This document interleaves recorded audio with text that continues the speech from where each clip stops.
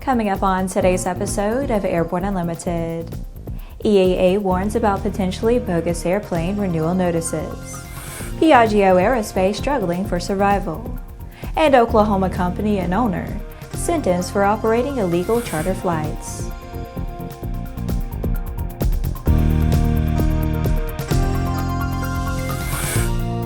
Hello, I'm Laura Hutson. It's December 5th, and this is Airborne Unlimited.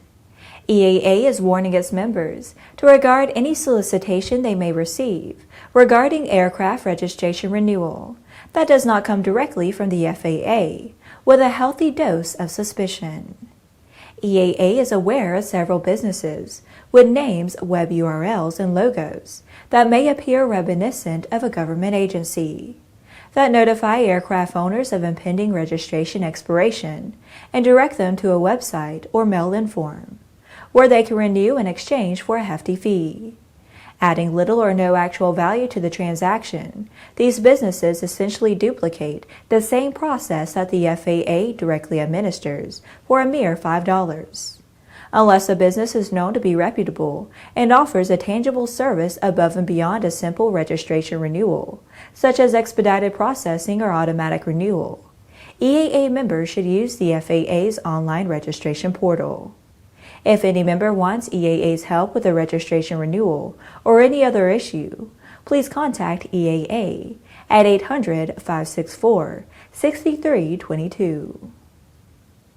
After the break, Waypoint Leasing voluntarily files for Chapter 11 protection. There's a difference between charting a steady course and pushing for the ceiling. And for nearly a century, Hartzell Propeller has been defining that difference. It's in our passion for engineering and research and our dedication to testing the limits of performance. We are built on honor. We are Hartzell Propeller. Sandia introduces the new SAI 340 Quattro TSO'd airspeed, attitude, altitude, and slip. With integral backup battery, safety never looked so good. See it now at www.sandia.aero. Based on the popular Sling 2 LSA, the Sling 4 was designed to be the most practical and desirable lightweight four-place experimental aircraft on the market. Find out more about this 115 horsepower turbocharged airplane at airplanefactory.com. Welcome back. If you have a story suggestion for Airborne Unlimited, Aero-TV, Airborne Unmanned, the AMA Drone Report, our website or podcast, just email to news-by at aero-news.net. With so much news coming out of the aviation industry, we're summarizing some other interesting stories in a brief segment we call Around the Patch.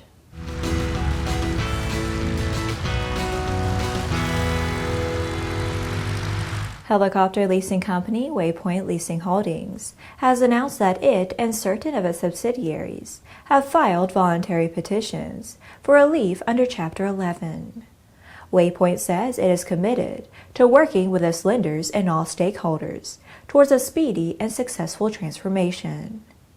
Waypoint has run a comprehensive sale process over the past months and expects to use the Chapter 11 process to facilitate the acquisition of Waypoint by a new owner. Kaman Aerosystem has received orders for 2 additional K-MAX helicopters, expanding the fleet of operators to 2 new customers. Further, given consistent demand, the company has approved continuous manufacture of the versatile medium-lift workhorse aircraft, with the authorization of Lot 3 production.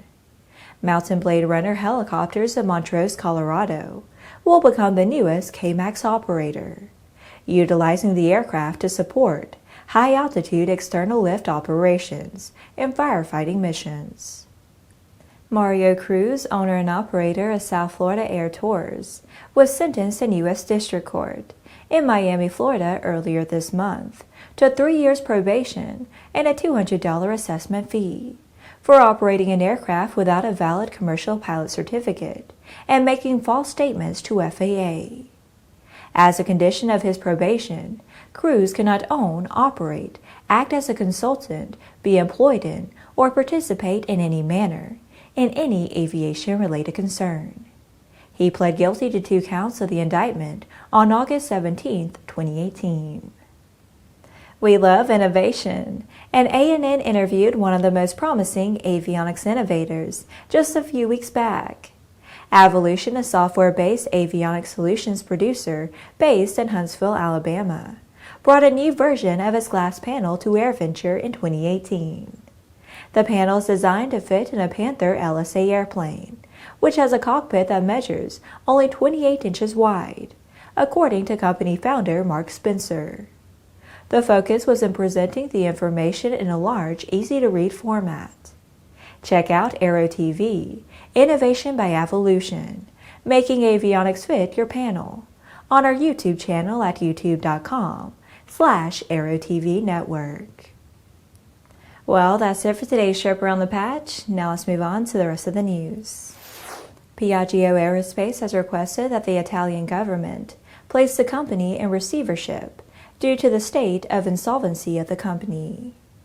Piaggio has released a statement saying the prolonged uncertainty and present market conditions make the company no longer financially sustainable. Unions and politicians are blaming a delay in orders for the company's P-1HH Hammerhead UAV for the financial situation. The UAE signed a contract in 2016 to become the launch customer for the Hammerhead. The first deliveries were scheduled for late this year. Italy had initially planned to be the launch customer for the Hammerhead, but the government decided it wanted a longer-range version of the aircraft, which led to the development of the P-2HH. Meanwhile, orders for Piaggio's distinctive P-180 airplane have continued to decline.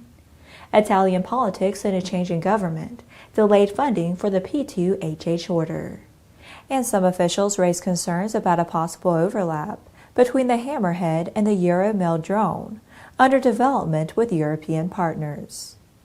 It all culminated last Thursday when the company asked the government to place it into special administration. After these messages, Oklahoma company and owner sentenced for operating illegal charter flights.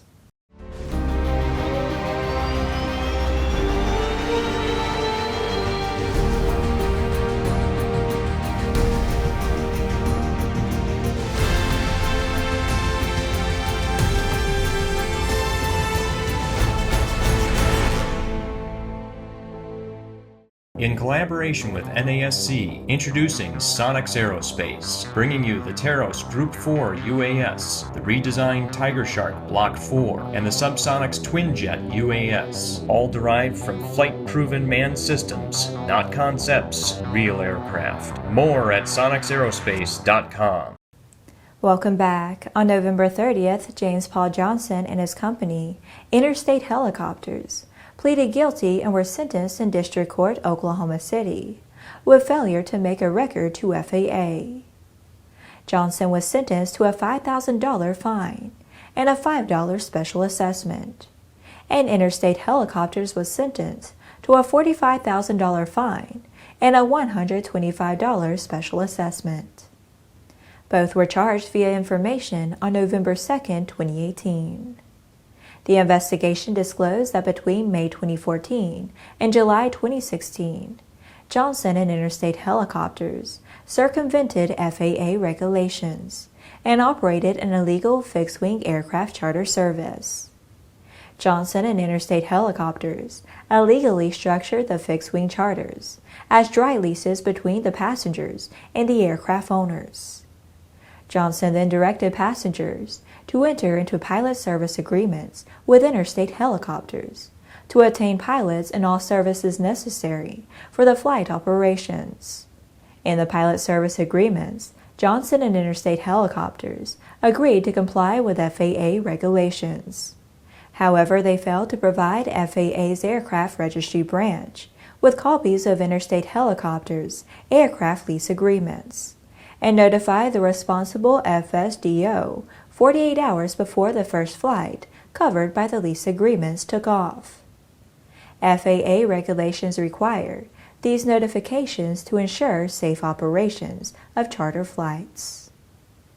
Well, that's our program for today. Remember that Airborne Unlimited is streamed on Monday, Wednesday, and Friday, alternating with Airborne Unmanned on Tuesday, and the AMA Drone Report each Thursday.